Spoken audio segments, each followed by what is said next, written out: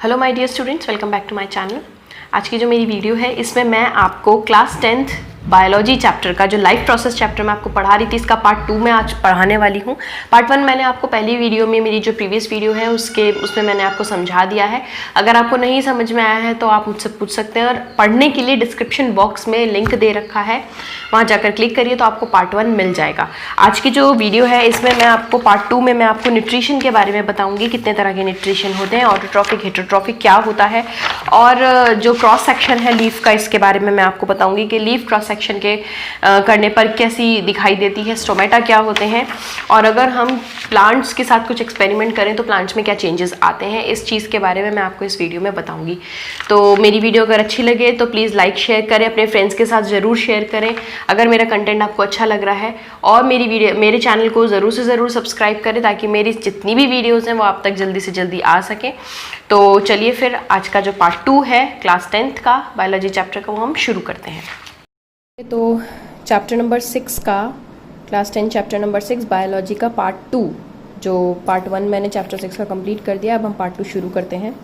तो पार्ट 2 का पहला टॉपिक है हमारा न्यूट्रिशन। न्यूट्रिशन बता रखे हैं इसमें कि कितने तरह के न्यूट्रिशन होते हैं, कहाँ कहाँ से मिलते हैं और वो कैसे होते हैं। ठीक है, चलिए देखते हैं। व्हेन वी वॉक और ride a bicycle we are usually using up energy. Obvious सी बात है भाई, कोई काम आप करेंगे तो एनर्जी की ज़रूरत तो पड़ेगी। Even when we are not doing any apparent activity, energy is needed to maintain the state of order in our body. अगर आप कुछ नहीं भी करते हैं तब भी आपकी एनर्जी जो है, आपकी बॉडी जो है वो एनर्जी जो है आपकी बॉडी के लिए नीडेड होती है, ताकि वो आपके बॉडी ऑर्डर को, स्टेट ऑफ ऑर्डर को मेंटेन रख सके। We also need material from outside in order to grow, develop, synthesize protein and other substances needed in the body. मैंने आपको पहले भी बताया था कि आपको बाहर से भी कुछ चीज़ें, कुछ सब्सटेंसेस का यूज़ करना पड़ता है, मटेरियल्स का यूज़ करना पड़ता है, ताकि आप ग्रो कर सके, आपकी बॉडी डेवलप हो सके, प्रोटीन सिंथेसिस हो सके, और भी बहुत सारी चीज़ें हैं जो आपकी बॉडी के लिए ज़रूरी होती हैं। This source of energy and material is the food we eat. ये सोर्स ऑफ एनर्जी जो हम बाहर से लेते हैं उसको क्या बोला जाता है? वो खाना जो हम खाते हैं, फूड बोला जाता है, जिससे हमें एनर्जी और मटीरियल मिलता है। ठीक, now next topic, how do living things get their food. Living things कैसे अपना खाना बनाते हैं या कैसे अपना खाना लेते हैं। The general requirement for energy and material is common in all organisms but it is fulfilled in different ways. भाई, जो एनर्जी और मटेरियल हमें चाहिए होता है एनर्जी के लिए बॉडी के अंदर, वो सारे ऑर्गेनिजम्स के लिए एक जैसा होता है, लेकिन इनके तरीके अलग अलग होते हैं। ठीक है, some organisms use simple food material obtain from inorganic sources in the form of carbon dioxide and water. कुछ ऑर्गेनिजम्स बहुत सिंपल फूड मटेरियल यूज करते हैं जिनमें ऑर्गेनिक सोर्स मिलता है, मतलब जहाँ से जो ऑर्गेनिक सोर्स से मिलते हैं, जैसे कार्बन डाइऑक्साइड और पानी। ठीक, these organisms the autotrophs include green plants and some bacteria. वो ऑर्गेनिजम्स होते हैं ऑटोट्रॉप्स जो सिर्फ और सिर्फ कॉमन चीज़ें यूज़ करते हैं। ठीक है, it includes green plants and some bacteria. वो होते हैं ग्रीन प्लांट्स और बैक्टीरिया। ग्रीन प्लांट्स और बैक्टीरिया ऑटोट्रॉप्स कहलाए जाते हैं। ये अपना खाना एक तो खुद बनाते हैं, और दूसरी चीज़ ये सिर्फ कॉमन चीज़ें ही यूज़ करते हैं, जैसे कार्बन डाइऑक्साइड और water. Other organisms utilize complex substances. बाकी ऑर्गेनिजम्स का यूटिलाइजेशन कॉम्प्लेक्स होता है।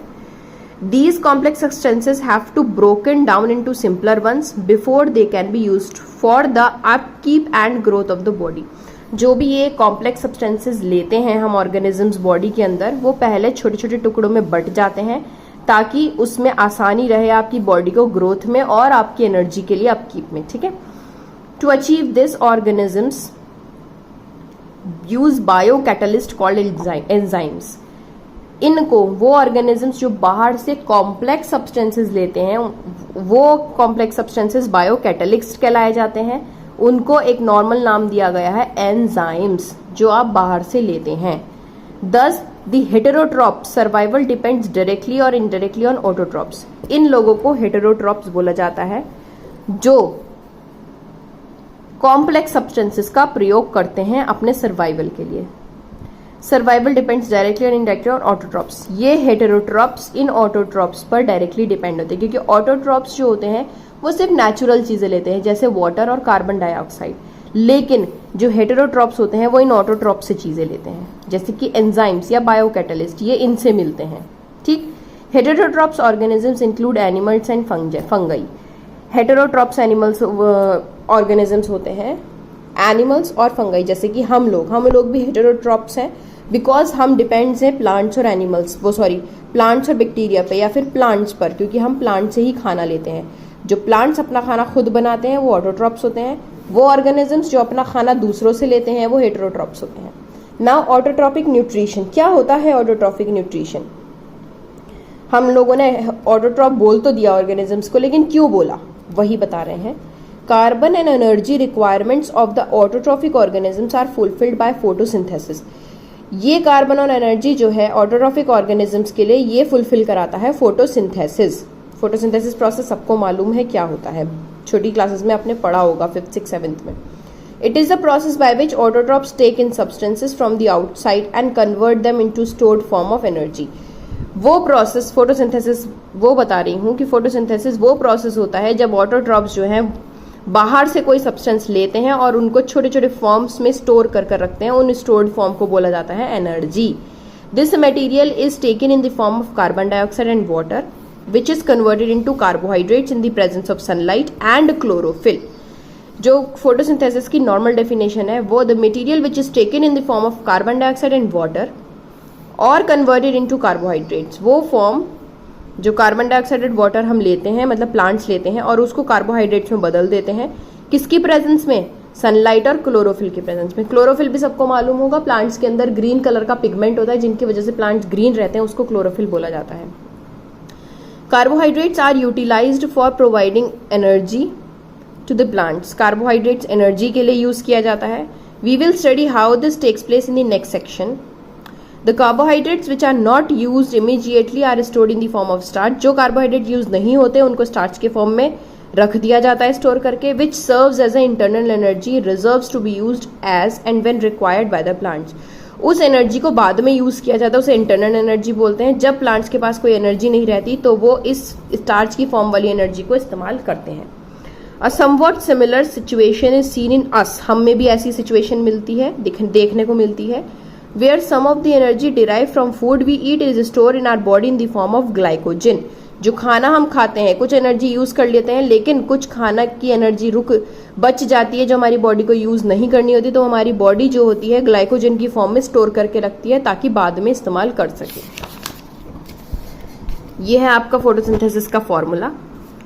कार्बन डाइऑक्साइड और वाटर दोनों जुड़ते हैं क्लोरोफिल और सनलाइट की प्रेजेंस में। मैंने आपको रिएक्शन समझाई थी जब, तो बताया था कि जब भी रिएक्टेंट्स और प्रोडक्ट्स में रिएक्शन होती हैं तो जो यहाँ एरो के ऊपर लिखा जाता है ये वो चीज होती है जिसकी प्रेजेंस में ये सब कुछ हो रहा है। ठीक है, यानी सनलाइट और क्लोरोफिल की प्रेजेंस में कार्बन डाइऑक्साइड और वाटर जुड़ते हैं तो बनाते हैं ग्लूकोज। C6H12O6 इसका फॉर्मूला याद रखिएगा आता है, प्लस ऑक्सीजन प्लस वाटर। ठीक है, let us now see what actually happens during the process of photosynthesis. क्या होता है फोटोसिंथेसिस के दौरान? यहाँ पर कुछ प्रोसेस दिए हुए हैं कि इस चीज से फोटोसिंथेसिस होता है। फोटोसिंथेसिस में क्या होता है? लाइट एनर्जी की फॉर्म में एब्जॉर्प्शन हो जाता है। ठीक है, यानी जो लीव्स होती हैं वो लाइट एनर्जी को क्लोरोफिल की मदद से एब्जॉर्ब कर लेती हैं। ठीक, दूसरा, यही लाइट एनर्जी केमिकल एनर्जी में कन्वर्ट हो जाती है और जो वाटर के मॉलिक्यूल होते हैं उनको हाइड्रोजन और ऑक्सीजन में तोड़ देती है, क्योंकि प्लांट्स हमें ऑक्सीजन देते हैं कि नहीं देते हैं, है ना। तो जो एनर्जी एब्जॉर्ब करी क्लोरोफिल ने, ठीक, उसको पहले को तो केमिकल एनर्जी में बदल दिया। केमिकल एनर्जी के साथ रिएक्ट करने के बाद इसने क्या किया? लाइट एनर्जी को पानी के मॉलिक्यूल्स को हाइड्रोजन और ऑक्सीजन में तोड़ दिया। Now third point, carbon dioxide का कार्बोहाइड्रेट्स में से बाहर निकल जाना। मतलब कार्बोहाइड्रेट्स जो प्लांट्स को अगर यूज नहीं करना होता तो वो कार्बन डाइऑक्साइड की फॉर्म में बाहर निकाल देते हैं। ऐसे बताया जाता है कि रात में प्लांट्स कार्बन डाइऑक्साइड ही छोड़ते हैं। ठीक है, तो दिन में ऑक्सीजन, रात में कार्बन डाइऑक्साइड, तो जो चीज उन्हें यूज नहीं करनी होती है वो कार्बन डाइऑक्साइड को कार्बोहाइड्रेट्स में से बाहर निकाल देते हैं। These steps need not to take one after the another immediately। एक साथ नहीं होते हैं ये। फॉर एग्जाम्पल, सारे प्लांट्स में एक साथ नहीं होते हैं, मतलब सब प्लांट्स में एक जैसा यही 3 स्टेप सारे प्लांट्स में नहीं होते। जैसे डेजर्ट प्लांट जो होते हैं, कैक्टस, वो कार्बन डाइऑक्साइड को रात में लेते हैं।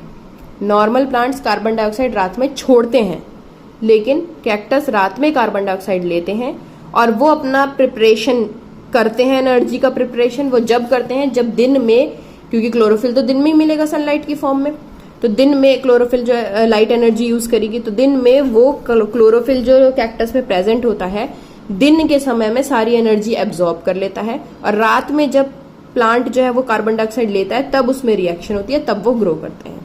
ठीक है, let us see how each of the components of the above reaction are necessary for photosynthesis. If you carefully observe a cross section of a leaf under microscope, यहाँ cross section दे रखा है leaf का, भी समझाऊंगी, you will notice that some cells contain green dots, कुछ green dots भी दिखाऊंगी मैं इसमें। वो green dots सेल ऑर्गेनेलीज कहलाई जाती हैं, उनको क्लोरोप्लास्ट कहते हैं। इस क्लोरोप्लास्ट के अंदर क्लोरोफिल होता है, जिसकी मदद से जो पत्तियां होती हैं वो ग्रीन होती हैं। ठीक, let us do an activity to demonstrate. Activity भी बताते हैं, पहले ये देखते हैं। देखिए भाई, ये है cross section of leaf. Cross section of leaf जो है इसमें दिखा रखा है, अगर ये लीफ है मानो ये, अगर आप इसको ऐसे काट दें और इसका जो नीचे का पोर्शन है, ये वाला पोर्शन जो आपने काटा, ये वाला पोर्शन, तो इसको अगर आप माइक्रोस्कोप में देखेंगे तो ये कुछ ऐसा दिखाई देगा। देखिए, इसमें पहले तो ये सबसे ऊपर की लेयर होती है, ये वैक्सी लेयर होती है, ये वाली लेयर जो कहलाई जाती है क्यूटिकल बोलते हैं इसको। फिर इसके अंदर इसको सबसे ऊपर वाली लेयर को अपर एपिडर्मिस बोला जाता है। ये जो होते हैं बड़े बड़े देख रहे हैं आप, ठीक, इसके अंदर प्रेजेंट होते हैं क्लोरोप्लास्ट, जिसमें क्लोरोफिल रहता है। वो क्लोरोफिल मदद करता है इस पूरी लीफ को ग्रीन रखने में। ठीक, इसके बीच में एयर स्पेसेस होती हैं ताकि क्या बोलते हैं, जो ऑक्सीजन का आना जाना है वो होता रहे। ये गार्ड सेल्स कहलाए जाते हैं। ठीक है, ये स्टोर करके रखते हैं स्टार्च को।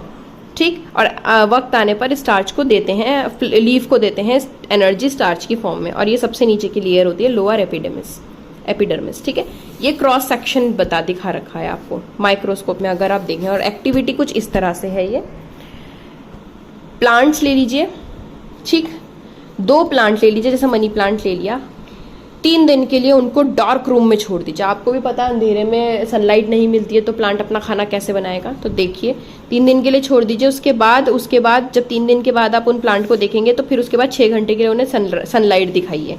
ठीक, अब जब सनलाइट दिखा देंगे उसके बाद पत्तियां तोड़िए, और पहले उन पत्तियों को जो आप 3 दिन के बाद प्लांट निकालेंगे, फिर 6 घंटे उसको सनलाइट दिखाएंगे, उसके बाद जो पत्तियों की इमेज बन के आएगी उसको आप ध्यानपूर्वक अपनी किसी कॉपी पे या वाइट पेज पे उतार लीजिए कि वो कैसी दिख रही है। और उसमें जो ग्रीन अगर कुछ दिख रहा है तो वो डॉट मतलब कलर कर लीजिए। ठीक है, उसका तब इमेज देखिए जब 6 घंटे के बाद आप उसको देखेंगे। फिर उसके बाद उसमें से एक पत्ती तोड़ लिया आपने, उन पत्तियों को बॉइलिंग वाटर में डिप कर दीजिए कुछ देर के लिए। उसके बाद बीकर लीजिए, उसमें अल्कोहल लीजिए, केयरफुली उन पत्ती को अल्कोहल में डाल दीजिए, उन दोनों पत्तियों को। ठीक है, और उसको जब तक बॉईल करिए जब तक वो अल्कोहल बॉईल नहीं होना शुरू हो जाता। क्या होगा जब आप उसको निकालेंगे बाहर, कैसा कलर दिखाई देगा। ठीक, उसके बाद उसको डाइल्यूट आयोडीन सोल्यूशन में, जब आप अल्कोहल में से निकाल लेंगे, डाइल्यूट आयोडीन सोल्यूशन में थोड़ी देर के लिए डिप करके रखिए। ठीक, डिप करने के बाद उसको बाहर निकाल लीजिए और उसको धो दीजिए, क्योंकि उसका आयोडीन सोल्यूशन निकल जाएगा। ठीक, अब आप जब फाइनली जो आयोडीन सोल्यूशन के बाद जो लीफ आएगी, वो वाली लीफ, और जो आपने पेपर पर जो इमेज उतारी है यहाँ पर, उस इमेज को देखिए ध्यानपूर्वक, क्या चेंज आपको दिखाई देता है, क्या कलर उसको दिखाई देता है, और क्या आपको उसमें स्टार्च की प्रेजेंस दिखाई देती है या नहीं, इसमें क्या इमेज थी और जो आपके पास लास्ट लीफ आती है वो क्या है। इसको आप अपनी अल्कोहल वगैरह जल्दी से नहीं मिल पाता है, वैसे तो खैर मिल ही जाएगा, घर में सैनिटाइजर्स वगैरह होते हैं, अगर आप घर में करना चाहें तो कर सकते हैं, लेकिन आयोडीन सोल्यूशन नहीं मिल पाता है जल्दी से। तो जब आपके स्कूल खुलेंगे आप इस एक्टिविटी को कर देखिएगा, बहुत इंटरेस्टिंग एक्टिविटी है ये। Now let us study about the plant obtained carbon dioxide. In class 9th we had talked about stomata. 9th class में आपने स्टोमेटा के बारे में पढ़ा होगा, जिसमें से ऑक्सीजन का आदान प्रदान होता है। Which are tiny pores present on the surface of the leaf. Leaf की सरफेस पर छोटे छोटे दाने होते हैं, पोर्स होते हैं, छेद होते हैं, उनको स्टोमेटा बोलते हैं। Massive amount of gaseous exchange take place in the leaves through these pores for the purpose of photosynthesis. जब फोटोसिंथेसिस होता है तो इन्हीं पोर्स के जरिए एक्सचेंज ऑफ गैसेस होती हैं. ये भी आप लोगों ने पढ़ रखा है. But it is important to note here that exchange of gases occurs across the surface of the stem, roots and leaves as well. लेकिन ये भी ध्यान रखिएगा कि जो भी एक्सचेंज ऑफ गैसेस होता है वो इन तीनों की सरफेस पर ही होता है, अंदर नहीं होता, ऊपरी परत से ही होता है as well. Since large amount of water can also be lost through these stomata, the plant closes these pores when it does not need carbon dioxide and for photosynthesis. ये photosynthesis अगर ओपन रहते हैं तो ज़्यादा pores को खुले रहने की वजह से क्या होता है, पानी भी इन प्लांट में से उड़ना शुरू हो जाता है. इसलिए क्या करते हैं प्लांट्स, अपनी पत्तियों में से, अपनी पत्तियों के ऊपर जब पोर्स होते हैं, स्टोमेटा होते हैं, उनको वक्त वक्त पे बंद कर देता है. वो जब बंद करता है जब उसको कार्बन डाइऑक्साइड की ज़रूरत नहीं होती है. ठीक है. Opening and closing of pores in the function is called guard cells. ये मैंने गार्ड सेल्स बताई थी, जो स्टोर करके रखती है चीज़ें. ये यही काम करती हैं कि जो गार्ड सेल्स होती हैं ये स्टोमेटा को बंद और खोलने का भी काम करती हैं. ठीक है. मतलब ये वो गार्ड सेल्स होती हैं जब अगर इनको पोर्स नहीं खोलने हैं तो ये बंद कर देगी और खोलने हैं तो खोल देंगी. These guard cells swell when water flows into them, causing the stomatal pores to open. Similarly, the pores close if the guard cells shrink. जब गार्ड सेल्स को पोर्स खोलने होते हैं, स्टोमेटा खोलने होते हैं, तो ये स्वेल अप हो जाता है, और जब बंद करने होते हैं तो ये श्रिंक हो जाता है. ठीक. एक एक्टिविटी 6.2 है, ये सेम एक्टिविटी इसकी तरह दी है, ये मैं आपको ऐसी समझा रही हूँ. इसमें भी ऐसी करा गया है. 2 प्लांट लिए गए हैं. पहले उन्हें 3 दिन के लिए डार्क में रखा, फिर उसके बाद 6 घंटे के लिए सनलाइट में रखा. बस इसमें हमने अल्कोहल और आयोडीन का इस्तेमाल किया था. इसमें हमने सिर्फ और सिर्फ पोटेशियम हाइड्रोक्साइड का यूज किया है. इसमें बस इतना देखना है कि इसमें स्टार्च की क्या फॉर्म रहती है. एक में रखा है हमने, एक में नहीं रखा है. पोटेशियम हाइड्रोक्साइड से क्या रहता है, स्टार्च आता है, मतलब लीव में स्टार्च प्रेजेंट होता है या नहीं होता है. नहीं रखने से क्या होता है. ठीक है. तो ये जब आप स्कूल खुलेंगे आपके, तब आप कर देखिएगा. Based on the 2 activities performed above, we can design an experiment to demonstrate that sunlight is essential for photosynthesis. हमें इससे पता चल गया है कि सनलाइट जो है वो फोटोसिंथेसिस के लिए बहुत ज़रूरी होती है. So far we have talked about how autotrophs meet their energy requirement, but they also need other raw materials for building their body. मतलब हमें पता है कि ऑटोट्रॉप्स एनर्जी कहाँ से लेते हैं, लेकिन और भी चीज़ें चाहिए होती हैं उसको अपनी बॉडी मेंटेन करने के लिए. Water used in photosynthesis is taken up from soil. पानी कहाँ से लिया जाता है, सॉइल में से. By the roots of terrestrial plants. Other material, और भी मटेरियल जो लिए जाते हैं वो नाइट्रोजन, फॉस्फोरस, आयरन, मैग्नीशियम, ये सब सॉइल में से लिया जाता है. आप सॉइल में प्लांट उगाते हो तो सॉइल ही मदद करता है नाइट्रोजन देने में, फॉस्फोरस देने में, आयरन देने में और मैग्नीशियम देने में, ताकि प्लांट जो है वो ग्रो करें. Nitrogen is essential element use in synthesis of protein और अदर कंपाउंड. नाइट्रोजन इसलिए ज़रूरी है ताकि प्रोटीन और कंपाउंड बन सके. This is taken up in the form of inorganic nitrates और नाइट्राइट्स. ये इनऑर्गेनिक नाइट्रेट्स या फिर इनऑर्गेनिक नाइट्राइट्स की फॉर्म में भी बनते हैं. और it is taken up as organic compounds which have been prepared by bacteria and atmospheric nitrogen. और भी चीज़ें होती हैं जो ये ऑर्गेनिक कंपाउंड यूज़ करते हैं, जैसे बैक्टीरिया और एटमॉस्फेरिक नाइट्रोजन. नेक्स्ट आता है आपका हेट्रोट्रॉफिक न्यूट्रिशन. ये तो ऑटोट्रॉफिक था जो सनलाइट से मिलता है. अब हेट्रोट्रॉफिक कहाँ से मिलता है. Each organism is adapted to its environment. The form of nutrition differs depending on the type of availability of food material as well as how it is obtained by the organism. सारे organisms जो हैं अपना nutrition अपनी availability, food material की availability से obtain करते हैं कि उनको किस तरह का फूड मटेरियल चाहिए. जैसे food source is stationary such as grass और mobile such as deer. Food source है ग्रास, ये सोर्स है स्टेशनरी मतलब रुका हुआ फूड सोर्स, और जो चलता फिरता मोबाइल सोर्स है वो है dear. would allow for difference in how the food is assessed and what is the nutritive apparatus used by cow and lion. There is a range of strategies by which the food is taken in and used by organisms. कुछ अलग अलग तरह की strategies होती हैं, ये बनाई जाती हैं कि organisms को किस तरह का food लेना है और उसे कैसे use करना है. Some organisms break down the food material outside the body and then absorb it. कुछ ऑर्गेनिजम्स बाहर ही उसको छोटे छोटे पार्ट्स में डिवाइड कर देते हैं, उसके बाद एब्जॉर्ब करते हैं, जैसे फंगई, जैसे bread moulds, east and mushroom. ये सब चीज़ें ऐसी हैं जो बाहरी चीज़ों को सड़ा गलाती हैं, छोटी छोटी चीज़ों में ब्रेक डाउन करती है, उसके बाद खाती हैं।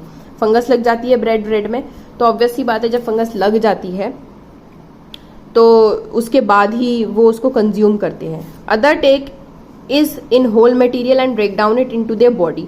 कुछ ऐसे होते हैं जो सारा का सारा ऐसे खा लेते हैं और अपनी बॉडी में ब्रेक डाउन करते हैं। What can be taken in and broken down depend on the body design and functioning. क्या हमें खाना है और उसको किस तरह से तोड़ना है, ये हमारी बॉडी डिजाइन ही या उसका फंक्शन ही डिसाइड करता है। Some other organisms derive nutrition from plants और एनिमल्स विदाउट किलिंग देम। कुछ ऑर्गेनिजम्स क्या करते हैं, न्यूट्रिशन लेते हैं प्लांट्स और एनिमल से, लेकिन उनको मारते नहीं है। भाई ग्रास डियर खा रहा है, लायन डियर को खा रहा है ना, तो लेकिन मार के खा रहा है। लेकिन कुछ ऑर्गेनिजम्स ऐसे होते हैं जो प्लांट्स और एनिमल्स को नहीं मारते, लेकिन फिर भी उनसे न्यूट्रिशन लेते हैं।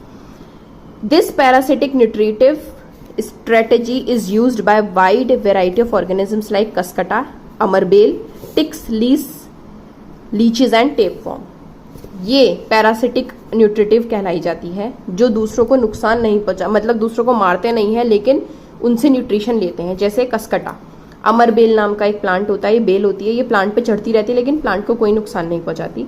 टिक्स जो एनिमल्स पे मिलते हैं, लीचेस जो आपकी बॉडी पर मिलते हैं, और टेपवर्म ये आपकी बॉडी से कंज्यूम करते हैं सारी चीज़ें। ठीक, तो यहाँ पर मैंने आपको न्यूट्रिशन के बारे में पढ़ा दिया है और चैप्टर नंबर 6 का जो है ये पार्ट 1 ख़त्म हो गया है। इफ़ आपको कुछ समझ नहीं आया तो कमेंट सेक्शन में कर दीजिएगा। इसका नेक्स्ट पार्ट देखने के लिए नेक्स्ट वीडियो को ज़रूर देखिएगा। तो यहाँ पर मैंने अपना जो पार्ट 2 है बायोलॉजी चैप्टर का वो मैंने फिनिश कर दिया है। पार्ट 1 के लिए लिंक दे रखा है, देख लीजिएगा। अगर आपको पार्ट 2 में कुछ भी समझ में नहीं आया हो तो प्लीज़ कमेंट सेक्शन में जाकर आप कमेंट करके पूछ सकते हैं। वीडियो अच्छी लगे तो लाइक करें, शेयर करें और मेरे चैनल को ज़रूर सब्सक्राइब करें। बेल आइकन को प्रेस करना ना भूलें ताकि जितनी भी आने वाली वीडियोज़ उसके नोटिफिकेशन आप तक जल्दी से जल्दी आ सके। तो मेरे जो नेक्स्ट पार्ट है इस चैप्टर के उसको देखने के लिए नेक्स्ट वीडियो को ज़रूर देखें। Thank you.